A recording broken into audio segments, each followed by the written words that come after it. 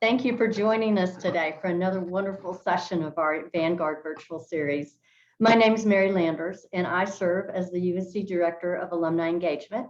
And it's my honor in this role to facilitate this series of webinars that are tailored especially for our Vanguard alumni.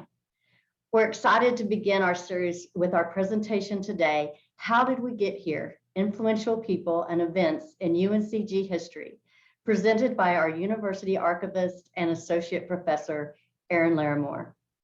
Learning more about the history of this great university is an especially timely one today. On October 5th, we celebrated our 130th birthday. Our Founders Day was especially meaningful this year as we officially launched the public phase of our comprehensive campaign, Light the Way, the Campaign for Earned Achievement. With a goal of $200 million in sight, we're dedicated to changing the lives of our students through access, impact, and excellence. What I find remarkable is that these pillars represent the same foundation that was built by our great alumni of the State Normal Industrial School and Women's College. It gives me comfort that throughout these past 130 years, our motto of service has continued to light the way for our students, faculty, staff, and our great community for these many years. Today, Erin will highlight moments in history that will remind us that we all stand on the shoulders of those who have gone before us. No matter our graduation year, our shared experiences make this great institution one that we can all be proud of. We've been proving that for the past 130 years, and we're still counting.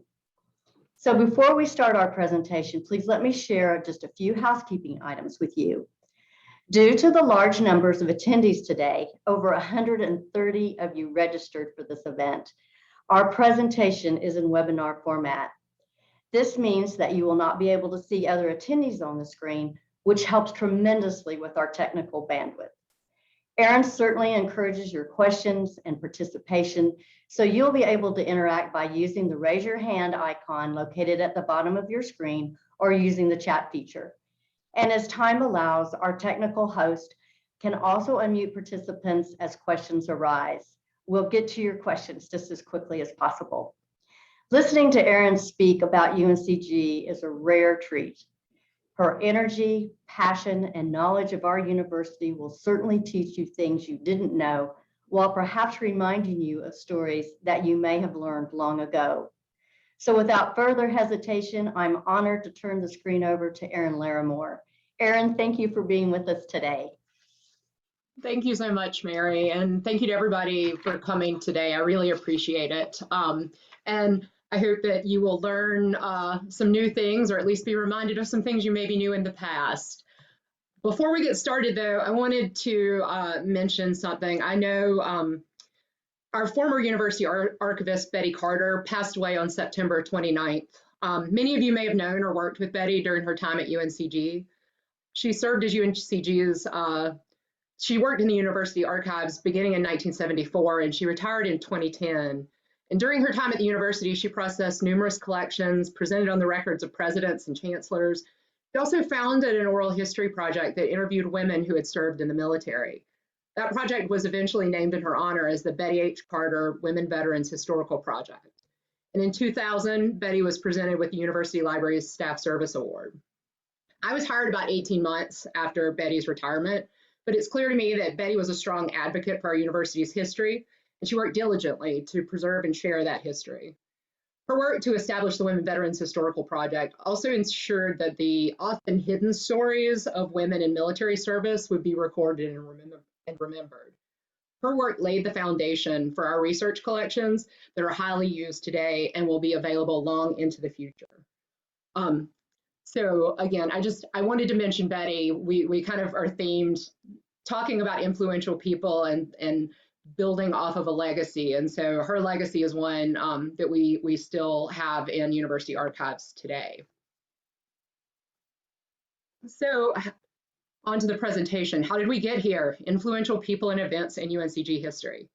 So UNCG was chartered 130 years ago and opened its doors 129 years ago this month. Naturally, this presentation can't cover the entirety of important people and events in UNCG's long and illustrious history. So instead, I'm going to focus on the earliest years of the university today and some of the people and events that were foundational to our campus's development and survival, and some who I think you can really see the legacy of that today. Some of these are names you may have heard before, some you may be meeting for the first time, but each person played a vital role in helping us get to where we are today. I joked with Mary earlier and said I should have just titled this presentation, "And here are some of Erin's favorite people in university history." But that's really what I'm going to do, is introduce you to some of my favorite people and stories in UNCG's past. But before we dig in too deeply, we're going to begin at the beginning. This is a photograph of campus from 1892. This is an image. The dirt road you see in the front is Spring Garden Street, and the four buildings that you see from left to right are the President's House, Wooden Dormitory, Main Building, which is now Foust, the only remaining building of this lot, and the Brick Dormitory on the right-hand side. So on February 18th of 1891, the General Assembly of North Carolina agreed to fund a normal school for women. Normal meaning traditionally that it was aimed at training teachers, training educators. This was actually the third time that advocates had asked for funding for this college from the state. The first time was in 1887 when North Carolina State was funded instead. So in May of 1891, Greensboro was chosen as a site for the school, largely because of its central location. It was readily accessible by rail. It was about as easy to get to as anything could be in 1891, which, you know, is still not easy to get to by today's standards. But the city also provided $30,000 to help fund construction of the buildings you see in that picture. And then on October 5th of 1892, classes actually began with 176 students enrolled on that first day. By the end of the month, though, the enrollment had grown to 198, and there were a total of 223 students enrolled at the school at the end of the first academic year. One of the things I love about this image is it really does show you what campus was like when it first opened. It's a description. Charles Duncan Mclver, who was the founding president, who we'll talk a little bit more about in a minute, his wife described the school as having 2 buildings, 10 acres of mud, and a tree. We had 4 buildings and 10 acres of mud and a few extra trees, but you know, it was not a very easy to navigate school or incredibly large school at the time. So I mentioned Charles Duncan Mclver. He was a staunch advocate for the funding of the school. He was an educator who worked really tirelessly to promote women's education and public education in North Carolina at a time when neither were particularly well supported or funded. He was also named the first president of the school in 1891, and he was only 31 years old when he was named president. He's the man you see there in the middle with a cane in his hand. There's a statue of him in front of the library, kind of in that same outfit. But this image that you see is actually the first faculty. It's the second year that the school, apparently they tried to take a picture the very first year and it did not turn out. So this is a picture from the second year of the school existence of all of the faculty. And you see that it's predominantly women, which even for a women's college at the time would have been really unusual and progressive. But the students at the time were able to take courses in 3 primary areas of study. The first was the normal track, which was the teaching track, and that's where most students fell. The second was the commercial track, which was basically business education for women at the time. And then the third was domestic science. So that was kind of what we would have considered home economics later. Under that normal umbrella, though, the teaching umbrella, that's where you found lots of arts, humanities, sciences, and things like that. So you had classes in vocal music, art, foreign languages, physical culture, biology. All of these things kind of fell under the umbrella of teaching. So learning the subject so you could later teach it primarily in the public school. I always enjoy showing the faculty salaries from this first year too. You see the 2 men are there at the top with more than double, in some cases, the salary of all the women who are listed below them. Melville Ford, who's at the bottom, is a woman. But you can kind of see the range of courses that are offered and the folks who were assigned to them at the time. And the student expenses, likewise, often shock our students today when I talk to them. I will note that that $40 tuition was actually waived if you agreed to teach in a North Carolina public school for 2 years after graduation. So that was a really sweet deal that was a great incentive to for the students to go into that field. So to focus in on a few of the folks who you may or may not know. Again, we had many female instructors on campus, as well as a woman physician. Her name was Marion Bidding, and she was actually only the second woman physician in the whole state of North Carolina. As our resident physician, Dr. Bidding not only taught physiology in the classrooms, but on her morning and evening rounds, she would do things like make suggestions about ventilation, clothing, bathing, dressing. Essentially, she was taking care of a lot of things we would now kind of classify under public health. It should also be noted that at this time it was rare for a full-time physician to be on staff at a college, not just a woman physician, but any kind of physician. But Dr. Mclver's wife, Lula, actually insisted that we have a woman physician on a campus that housed women students. So in 1893, Dr. Bidding got married and left campus. Dr. Anna Gove, who the current Student Health Center is named after, took over as campus physician and head of the physical culture department. She also established the first infirmary on campus in 1911. Now, during this time, after Anna Gove took over, sports and physical activity were really stressed as important parts of student life. Dr. Gove established an hour-long walking period each day where the students were required to open their windows and literally go for a walk around campus. Now, this was in their full Victorian garb. At 4:30, a bell would ring to start the signal of walking period, and students had to do some sort of physical activity. There were also a number of early physical culture classes that included things like gymnastics, calisthenics, and other kinds of exercises. Interestingly, the students actually came together and formed a campus athletic association in 1900, which was 15 years before they would bother to found a student government association. That's how important athletics and physical activity were to them. And now, while the campus physician managed the department and supervised physical activity across campus, they did employ a number of students as assistants, both in terms of managing the gymnasium, but also teaching some of the skill sets in the physiology classes. The picture you see here is Maude Broadaway. She was a student who served as the director of the campus gymnasium. So during these earliest years, the campus gym was a small room on the top floor in the northeast section of the main building, which is now the Foust building. You see a cyanotype photo of it there in the blue on the right. The gym had 11 bars, some chest weights, Indian clubs, and a weighing machine. Because it was basically in the attic, and this is North Carolina, it was not usable all year. It was actually only available for about 4.5 months out of the school year. But according to the very first school catalog, and this is a quote, thanks to the gym, quote, many chests increased in girth, shoulders straightened, arms became stronger, and the general bearing of students was much improved. So I've mentioned Dr. Mclver, and I've mentioned his wife a few times, and I want to talk a little bit about her because she's one of my favorite people in university history that I don't think people know a lot about, and they really should. Her name was Lula Martin Mclver. In a speech titled The Educated Woman's Contribution to the Service of the State, Lula Martin Mclver passionately argued for the value of education for women in North Carolina. And her speech echoes many of the sentiments that were expressed at the founding of our school about the importance of educating women as a way of educating the populace as a whole. She said, and this is her quote, since it is true that the child of today is the citizen of tomorrow, it may safely be claimed that the woman citizen of the state laboring in the home and school combines all four. She rules all, prays for all, fights for all, and metaphorically and literally feeds all. Since she occupies such an important position in relation to the future citizenship of the state, it is of supreme importance to every state that she be properly trained for her great work.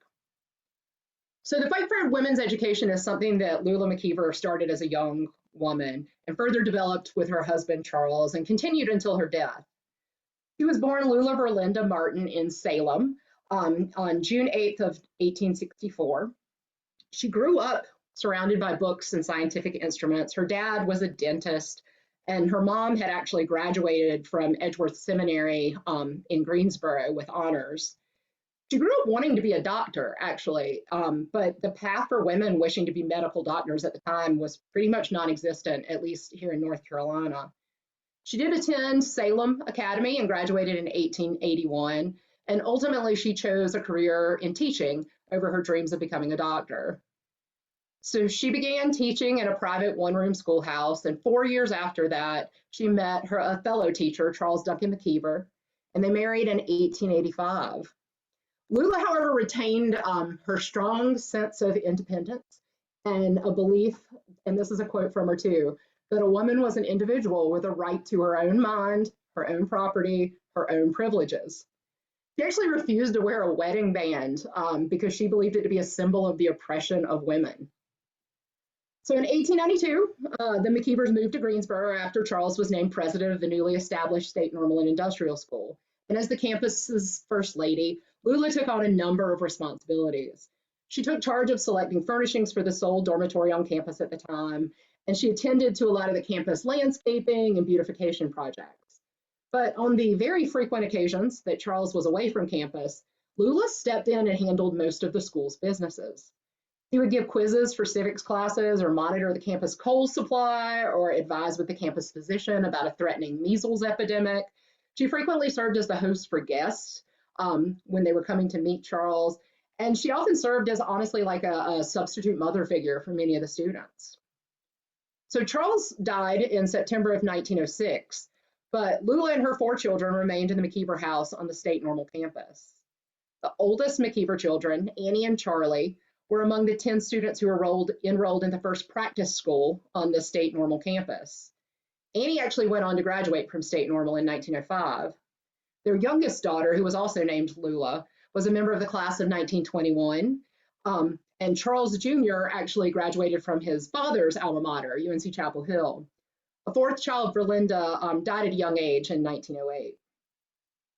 So after Charles's death, Lula continued to be an active presence on campus and remained a strong advocate on a number of social causes, including the YWCA, Sunday schools, the Community Art Association, and educational institutions for both white and African American students across the state.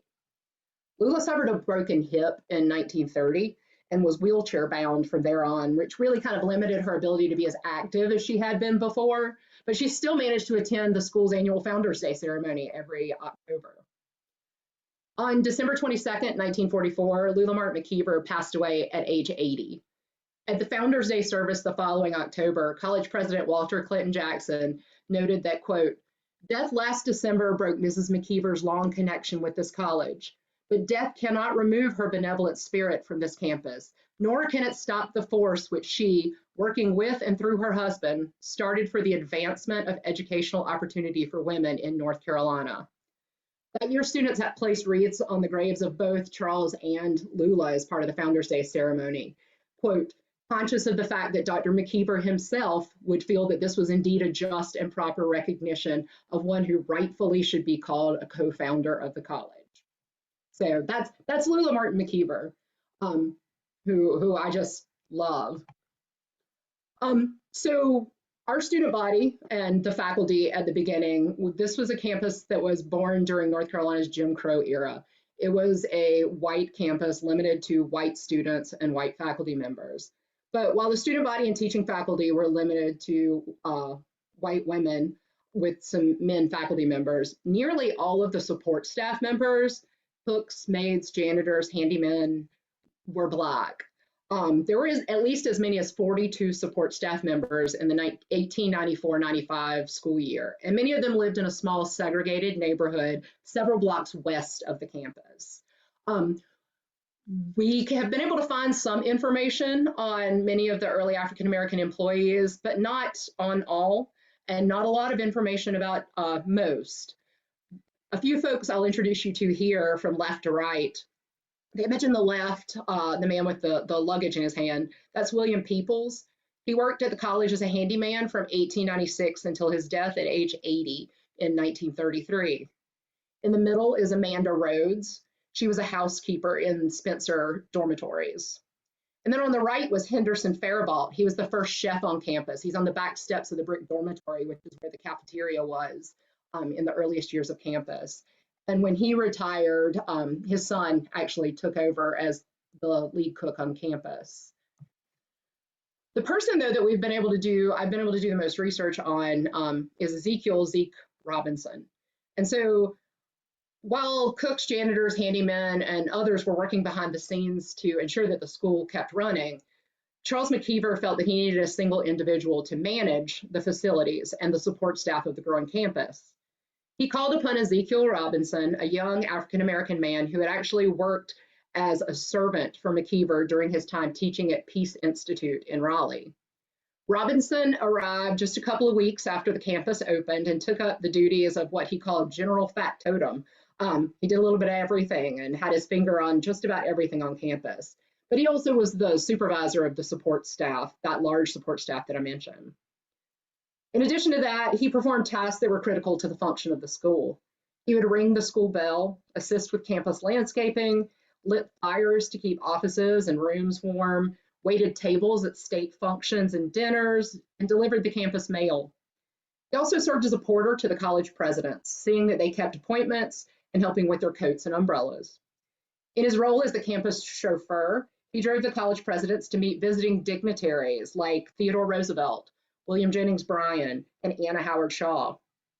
In the earliest days of campus, he manned the college horse and buggy, providing students with their primary means of transportation to the railroad tracks or the railroad station and into the city.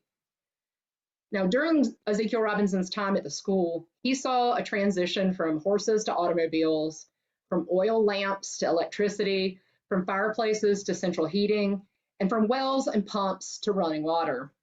He served under 3 college presidents, Mclver, Julius Foust, and Walter Clinton Jackson. He saw the acreage of the campus increase tenfold and saw the student body grow from about 200 students to over 2,200 students.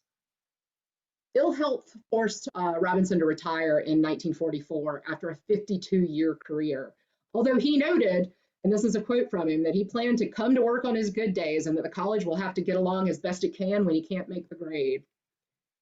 At his retirement, faculty and alumni presented Robinson with a $300 gift to symbolize their appreciation of his long and faithful service to the college. He did, however, return to campus numerous times after his official retirement, typically as part of the annual Founders Day celebration in October, where he would be brought to campus as a special guest, along with Mrs. Mclver. On December 1st, 1960, Ezekiel Robinson died at a local nursing home at the age of 93. Robinson when he passed away, he was the last surviving member of the faculty and staff from the first year of the state normal. He was interred at Maplewood Cemetery near the North Carolina A&T campus. So I do want to mention a few kind of formative events during this early time period too. Campus life was not all happiness and daisies. There were a number of although there were a lot of daisies, there were a number of early campus tragedies that happened. In 1893, just prior to the very first commencement activities, one of the students was killed by a train. And then in 1899, a typhoid epidemic swept through the campus, killing 13 students and 1 staff member. Then in 1904, in the middle of the night in January, Brick Dormitory, one of the 2 main campus dormitories at the time, caught fire and burned down. And thankfully, no one died in that fire, but it was one of a number of fires that took place early in those years. But perhaps one of the biggest tragedies that hit campus during those early years was the death of Charles Duncan Mclver. So as I mentioned before, he died in September of 1906 he was on his way back from Raleigh. He had been visiting with his friend, William Jennings Bryan, who was in Raleigh for a campaign visit on one of his many presidential campaigns. But Mclver was on the train coming back, and he had what we believe was a stroke. If you can read it on the telegram there on the screen, it's described as a stroke of apoplexy. But he was actually at this point only 10 days shy of his 46th birthday, so he was still really young. Interestingly, there was a drive to name the school after Mclver in the late 19 teens when The phrase normal and industrial school, which was the founding name of the school, started falling out of favor. Normal was just not a word that was being used anymore in terms of describing a teacher's college. But the Board of Trustees actually kind of shot that down and chose to rename the school the North Carolina College for Women. They felt that a state-supported school needed to have the name of the state in it and not be named after a specific person. So after Mclver's death, Julius Foust was named the next campus president. So Foust held this role for 28 years, which was longer than anyone else in campus history ever has held it. During his leadership, the campus grew tremendously, with many new buildings and programs being developed. When he became president in 1907, the school had about 500 students. And by 1931, it had grown to be the third largest college for women in the whole entire country, with over 1,760 students.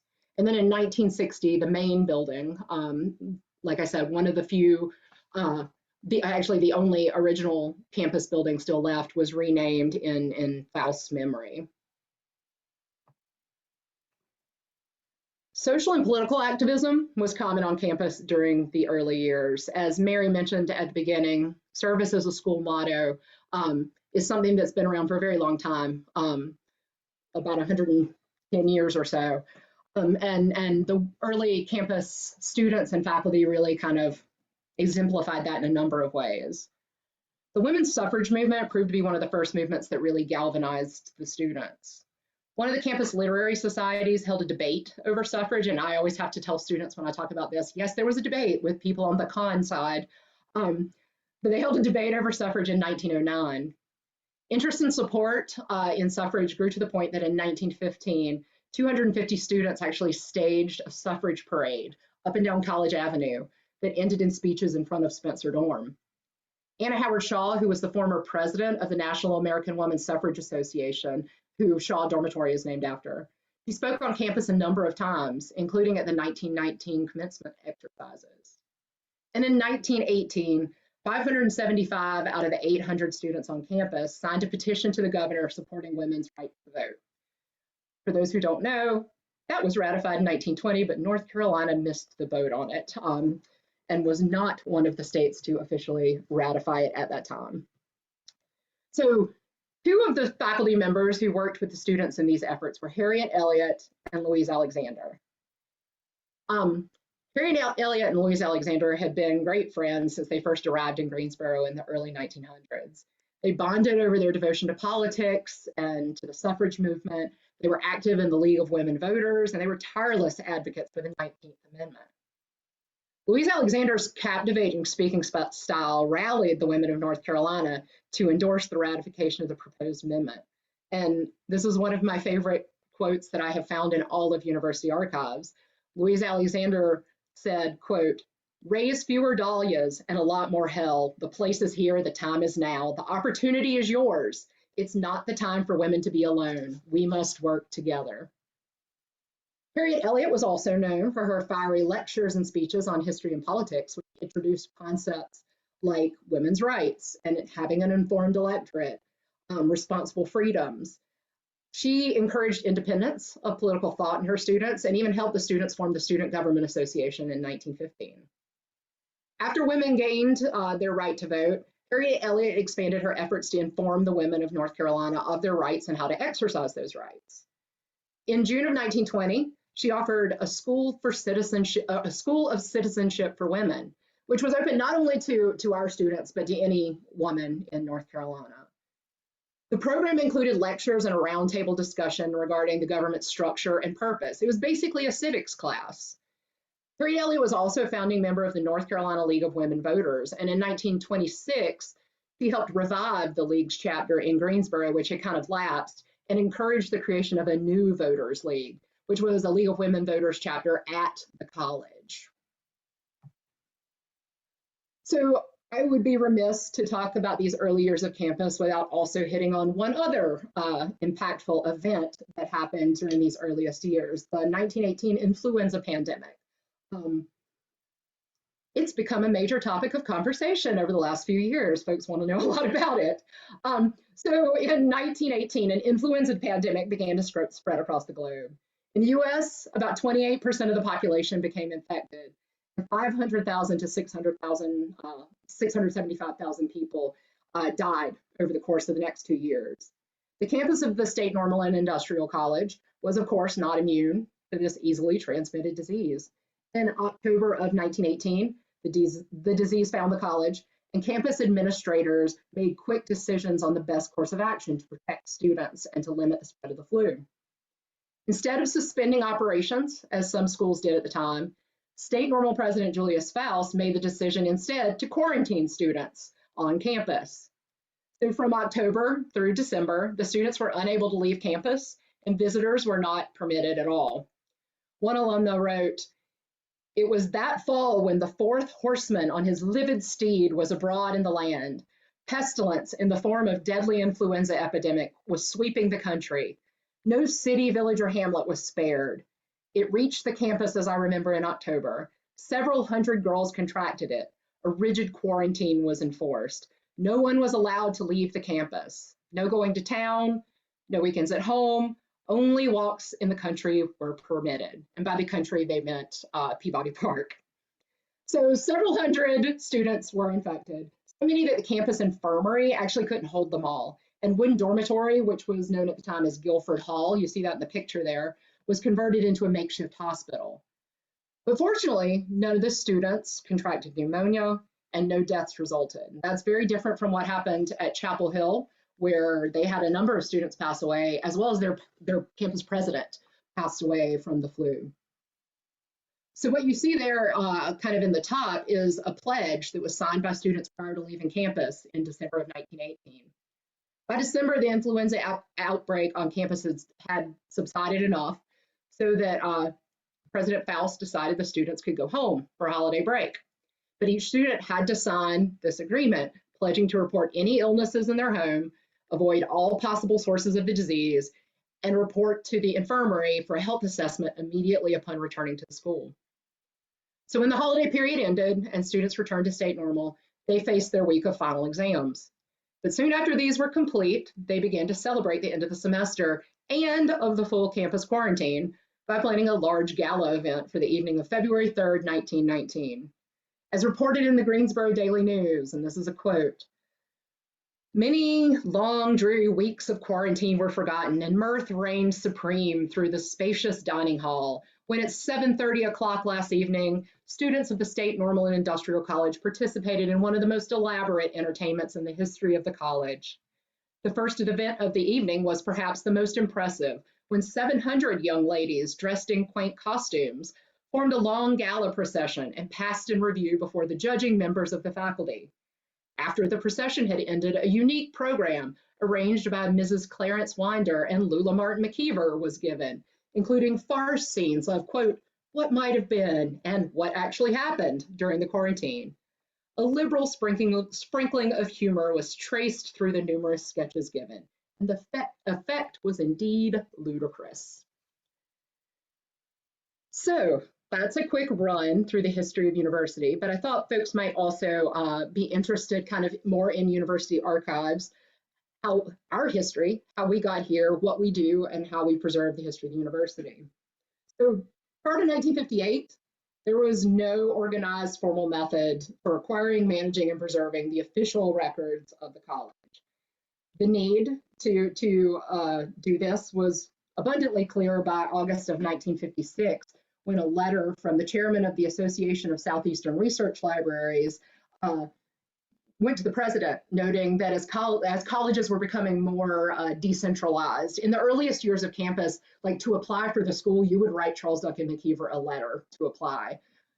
By the mid-1950s, we started seeing more of an administrative structure, and it would become increasingly important and aware that there needed to be a central depository and archival program to collect these records in kind of a systematic way. The letter from the Association of Research Libraries included a recommendation for the college to assume this responsibility and to start saving their own history. And in a couple of years, they did start doing that. In the fall of 1957, North Carolina State Archivist, and that's the State Archivist of North Carolina, not someone from North Carolina State University, he was invited to the campus to survey the records that were there already. He was not happy with the current conditions of the archives, And the quote was that he looked with considerable scorn upon the cases that housed the archival materials in the Thorney building and some in the fairly newly built Jackson Library. Following his visit, Jones wrote a letter to Chancellor Gordon Blackwell, giving detailed advice on some immediate and long-term problems that were facing the college archives. Charles Adams, who you see in that picture there, was the campus librarian. He ran the campus library, and he also ended up taking on the title of archivist then, with a woman named Marjorie Hood hired as the assistant archivist. In addition, Charles Adams established the College Archives Committee in January of 1958, whose charge was to advise the college archivist concerning selection of materials for the archives, proper housing of the archives, and other pertinent matters. So the work of the College Archives Committee continues to inform what we do today. We actually have a records retention schedule that comes down for the state that helps us determine what to collect and what materials we don't collect. As you can guess, the university makes a lot of materials, and we do not have infinite space and resources, so we cannot keep everything. So we have to whittle through the records that are produced across campus every year and do this proactively. It's both preserving the older materials, but also collecting now so that in 50 years, the next person can give the same presentation, but with some updated information. We also collect paper records as well as digital records, because as you can guess, a lot of records today are created and never kind of exist on paper. They are digital only. The University Archives faculty and staff actually teach and present a lot on campus history in numerous undergraduate and graduate classes throughout the year. So far in this fall 2021 semester, we've already taught 68 class sessions, which is on pace to meet or probably honestly exceed the 156 classes we taught in 2019 and 146 classes in 2020. Each year, these classes have reached over 3,500 students on campus. In the spring, for the third time, I'll be teaching an undergraduate course in the Lloyd International Honors College that's focused on university history and digital storytelling. We also curate exhibits in the library and across campus to help educate our current students, faculty, and staff on our archives and on our history. And as many of you may know, we also share our materials through social media, online publications, and exhibits. But you may be familiar with our digitization program, where we have materials that have been scanned and placed online. Researchers can dig into UNCG's long history from anywhere in the world at any time.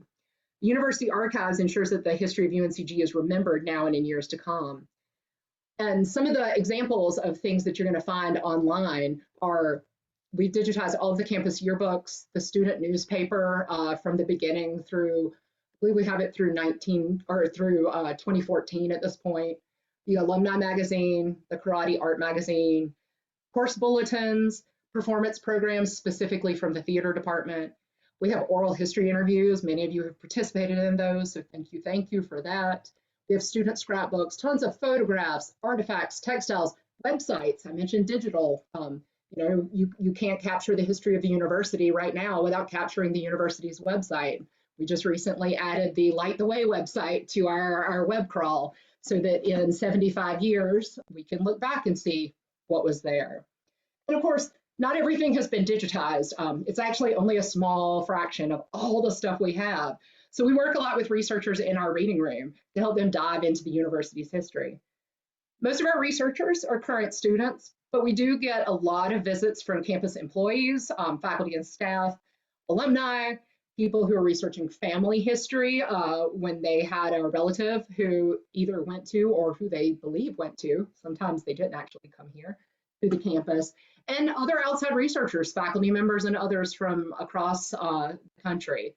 And so, we do a lot to ensure that this history is preserved, but we also do a lot to make sure that folks are educated and that our current students know this important foundational information and the important legacy that they are now becoming a part of. So with that, I will turn it over to questions. But actually, before I do, one other thing I will mention, one other way that we share our information on the things that our department works with. We actually just launched about a year ago, a departmental newsletter.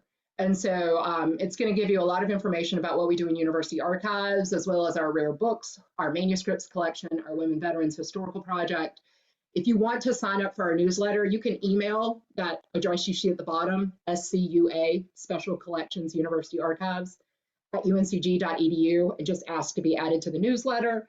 And if you do it soon, you will be on the list before the fall newsletter goes out, I believe, in 2 weeks. But with that, any questions? I will turn it over to Mary to moderate questions. Oh, Erin, that was wonderful. I learn something new every time I listen to you and enjoy it more and more every time. So thank you so much. We do have a couple of questions, and I think that you hit on most of them, but let me kind of go back and make sure we didn't leave any hanging for some people.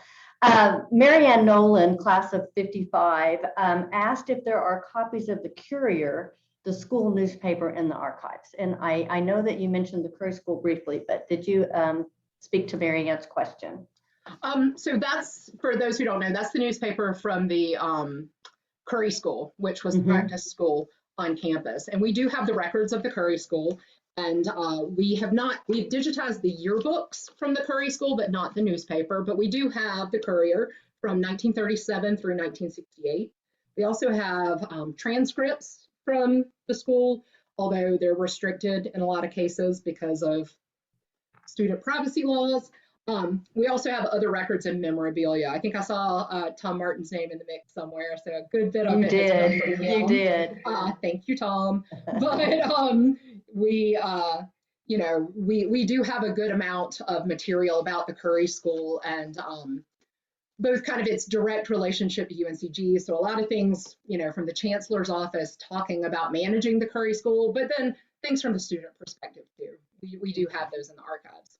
Thank you. I know Marianne appreciates you revisiting that. Emily Wilson had sent in a question, class of 61, asking for a little bit more information on Lula, and I think you did a great job sharing her story. She might be a whole webinar in itself, just talking about her and all that she contributed to the school. And I know we have a hand raised, and I'm going to ask you one more question that was chatted in before we go to the live questions. And there's two of those, Erin. The first one is, what common denominators do you think we share with WC and UNCG today? Oh, I think there are a lot. I tell people all the time that what UNCG is today couldn't have been what it was without, and I mean, I think this is true of a lot of things. Everything's built on a foundation. And we've gone through a number of name changes. So whether we were State Normal and Industrial, whether we were North Carolina College for Women, whether we were the Women's College or UNCG, all of that builds on each other. And so, from the very outset, this was meant to be a college. During the 125th, the phrase of opportunity and excellence was used a lot. And that's what Charles Mclver and those early faculty members were aiming for.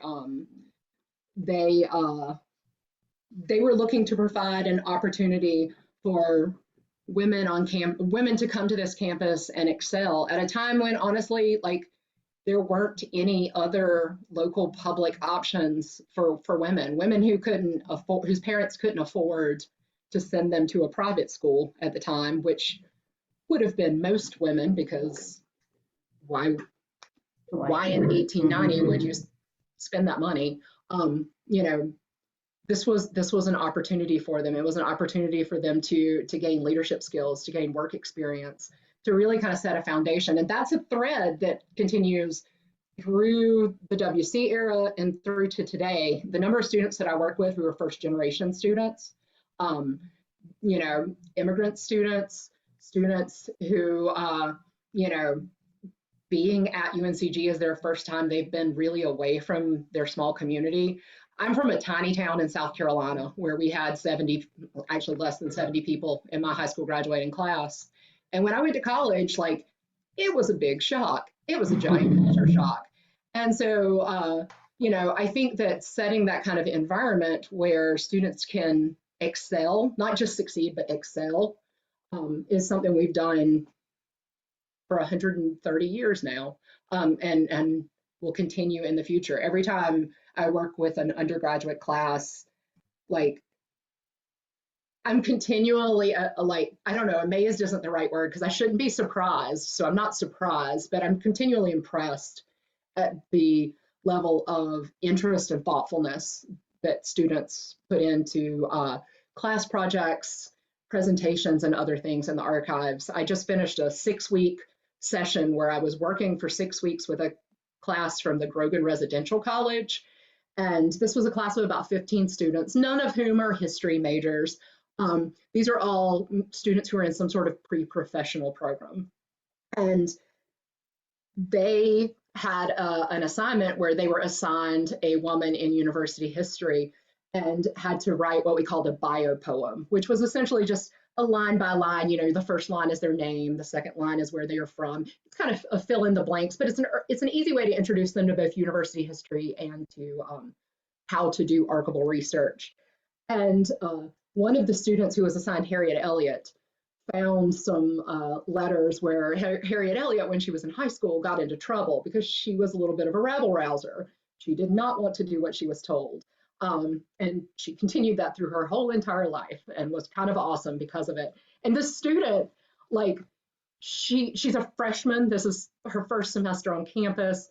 She was talking about how excited she was now when she walks through the EUC to know that that's a building named after a woman who did all of that and who was willing to shake things up, and whose willingness to do that meant that she could be there on campus and that she could get a job when she graduated and that she could vote, things like that. So, you know, I think everything's built on something else, and on our campus, it's so apparent. And I think all of the classes that we teach, we really kind of make, or at least try to make that abundantly clear to the students, to the point where I've had students in the past tell me that they'll sometimes provide feedback to their faculty, their main instructor, after our class sessions. And one of them flat out said, I enjoyed my time at the archives, but now I annoy my friends all the time by talking about the people all the buildings are named for.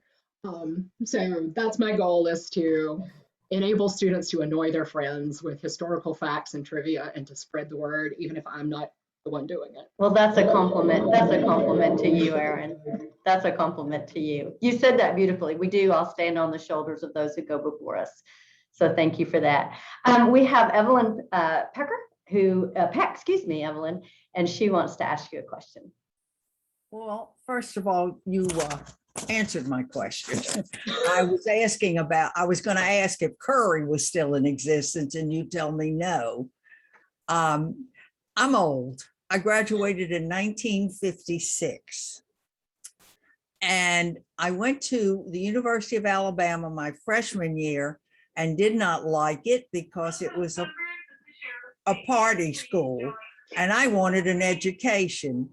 And the thing I loved about going to an all-girls school was that as a woman, or a woman's female student at the time, 1956 was before women's lib, and you could talk and say whatever you wanted, and you didn't have to worry about a guy being in class to look down at you and say, oh, she's only a female, what does she know?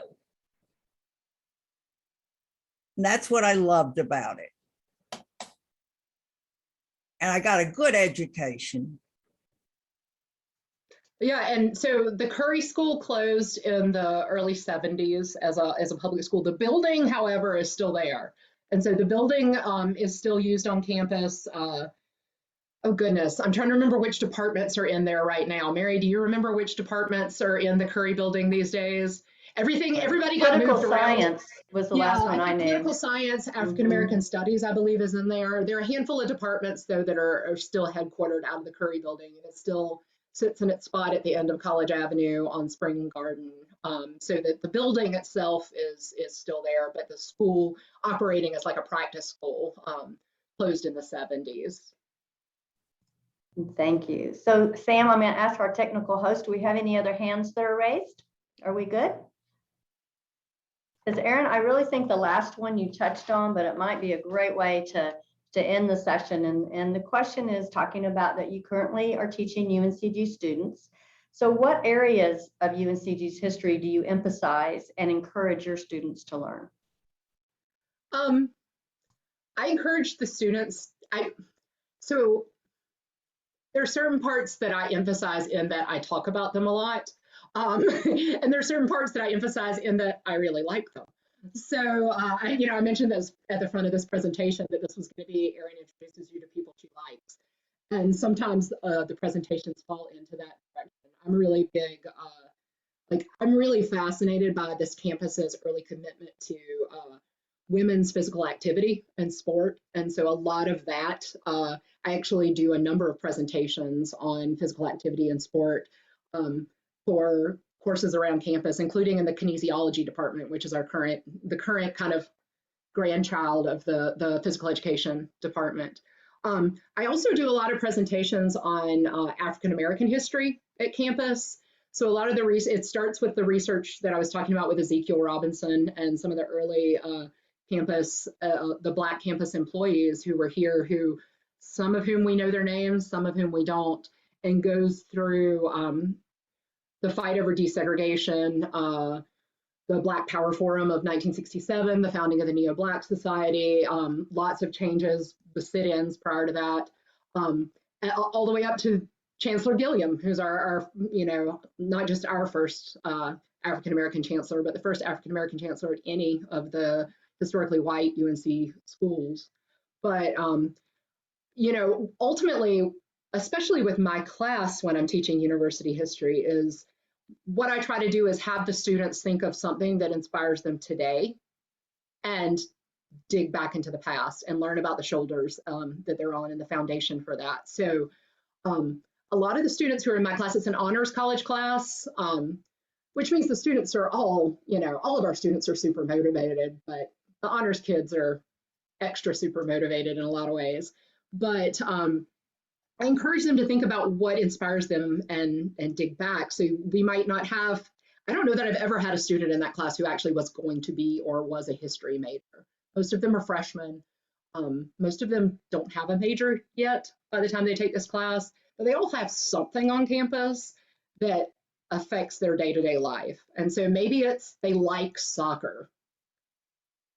They can dig into the history of soccer on this campus. We've got a long history of soccer on this campus.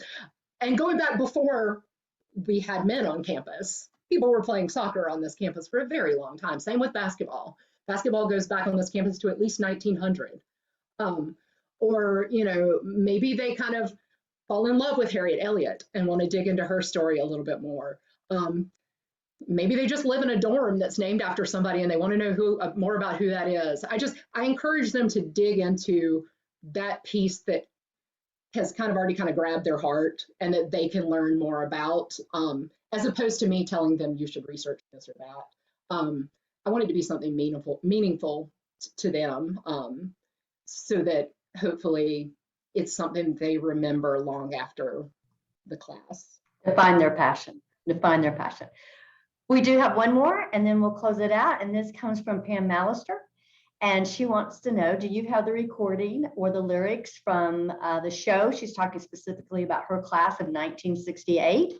And she said she sang one of those, we sang one of those songs at our 50th reunion, which Pam, I remember very well.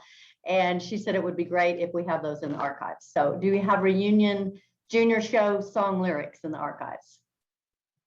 I can't guarantee we have that exact one, but we do have lots of things related to classes. I'm actually, let's see if I can do this and share my screen with you in a way that will actually work.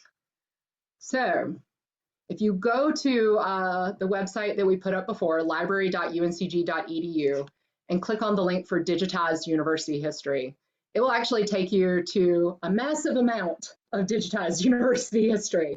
I talked about the yearbooks, the alumni magazine, student scrapbooks, artifacts, all kinds of materials going back to the beginning and up through fairly recently. One of the things that we have are what we call our graduating class subject folders.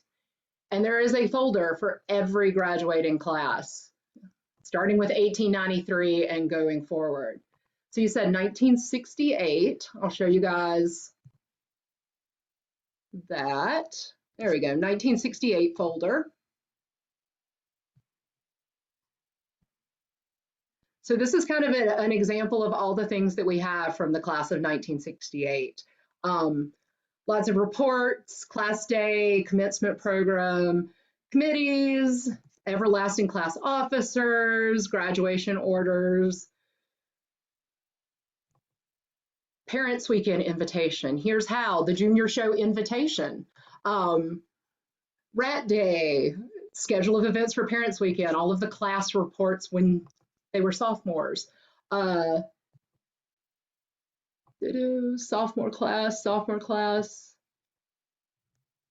newspapers, flyers. Is it times are a changing? I'm guessing that is probably what we're looking for. And so, assuming this is the right thing. Yeah, but you want the lyrics. You want the lyrics and the recording. It was the 75th anniversary of the university in our junior year. And we went through the history of the university in different scenes. So It looks like we maybe don't have the lyrics. has it or someone has it. Yeah, it looks like we I probably think don't. I've got some of the lyrics, so. Yeah, I don't think we have the lyrics. I will say this one does not have, because we have not digitized them yet, but for most of the earlier classes, we also have reunion materials. So, but 50th class reunion materials, but we may have a recording. I would have to honestly look to see if we have it, but I think Penny Cooper has it. yeah, but we do have a number of records, LPs that are recordings of junior class shows throughout the years. Thank you, Erin. I can't tell you how invaluable that has been to the alumni office as we work with our alumni committee. So thank you all for all the hard work on that. This hour has flown by, and we're so appreciative of you, Erin, and your time. And I want to thank you so much for spending your time with us today. We're so fortunate to have you here at UNCG. So following today's presentation, we'll be sending a link to you with recorded conversation, and we encourage you to share the video with those of your friends that you think might enjoy it, and watch it again and learn some more. So our next presentation is scheduled for Tuesday, November 16th. Our featured guest speaker will be Susan McIntyre, who had a Master of Ed in '82. Susan has written a book about her experiences in Afghanistan working as a diplomat for the U.S. government specializing in humanitarian assistance. The book is titled An Afghanistan Experience, and I know Susan will share timely and relevant experiences that touch on today's headlines. So with that, I want to thank you all for joining us. I hope you'll plan on being with us in November. Erin, thank you again. And until then, take good care. Thank you so much.